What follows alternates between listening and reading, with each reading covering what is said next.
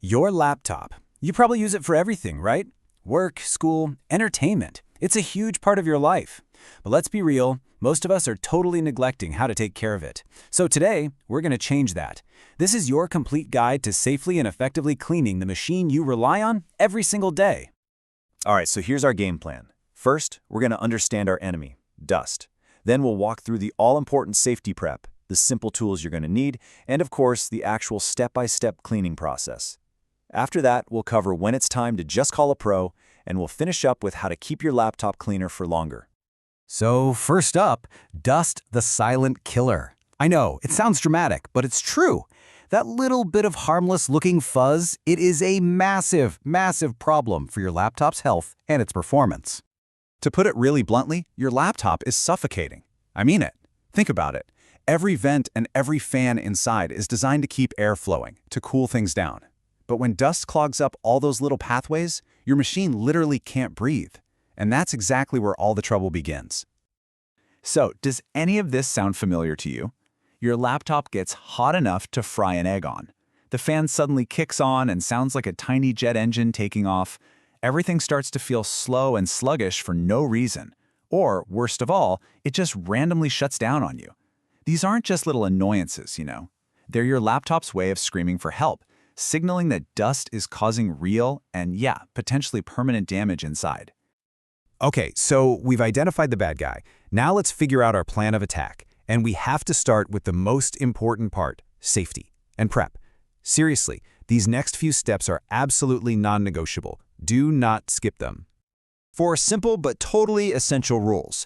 Number 1, power it all the way down. I mean a complete shutdown, not just closing the lid or putting it in sleep mode. Number 2, unplug everything. The power cord, your mouse, external hard drives, all of it.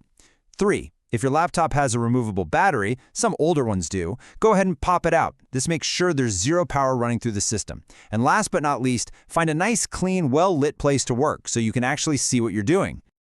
Now for your tools. And here's the really good news. You do not need some fancy, expensive, professional cleaning kit. I'm willing to bet you already have everything you need to do a fantastic job just lying around your house right now. All right, pay really close attention to this key precaution column. This is crucial. For the compressed air, you have to hold the can upright and use short, controlled bursts. If you tilt it, it can spray this freezing liquid propellant, which is a big no-no for electronics. For your microfiber cloths, and I'll say this again later, never spray liquid directly on the laptop.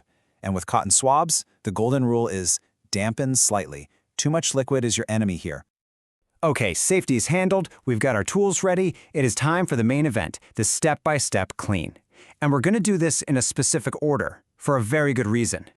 We're going to start with the keyboard, where all the crumbs live. First, tilt your laptop to about a 75-degree angle. Let gravity be your friend.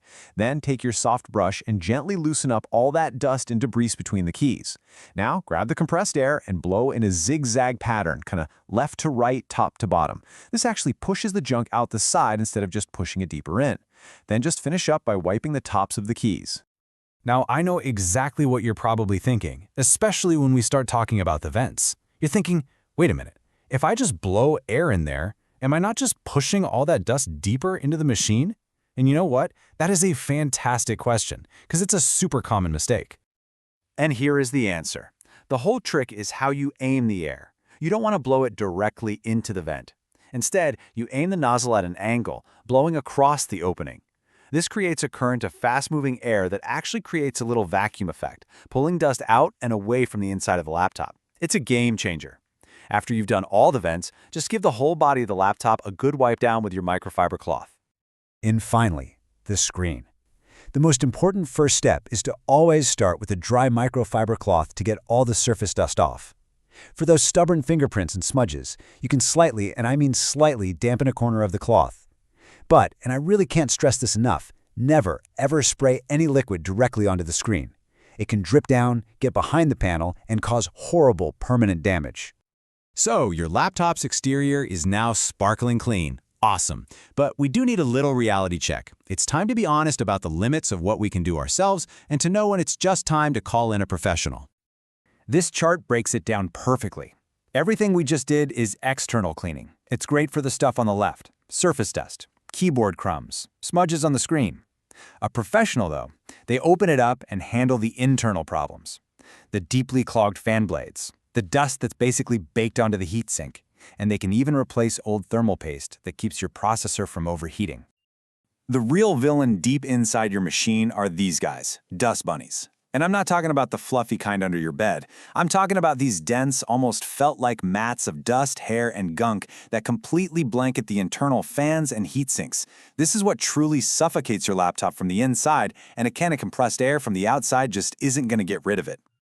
So, how do you know if you have a serious internal dust bunny problem? Well, here are the major red flags. If your laptop is still overheating just doing normal, everyday tasks, if the fan is constantly running at full blast or, even worse, making a grinding noise, or if you did the whole vent cleaning we talked about and it made absolutely no difference, the problem's inside. It's time to call a pro. Okay, on to our final section. And this is all about playing the long game.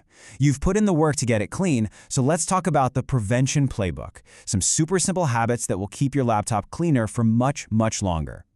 It really just comes down to 3 golden rules. First, make this cleaning routine a regular thing. Do it every couple of months. Second, and this one is huge, always try to use your laptop on a hard, flat surface. A desk, a table, perfect. Which brings me to number 3. Avoid using it on soft surfaces, like your bed, a blanket, or the carpet.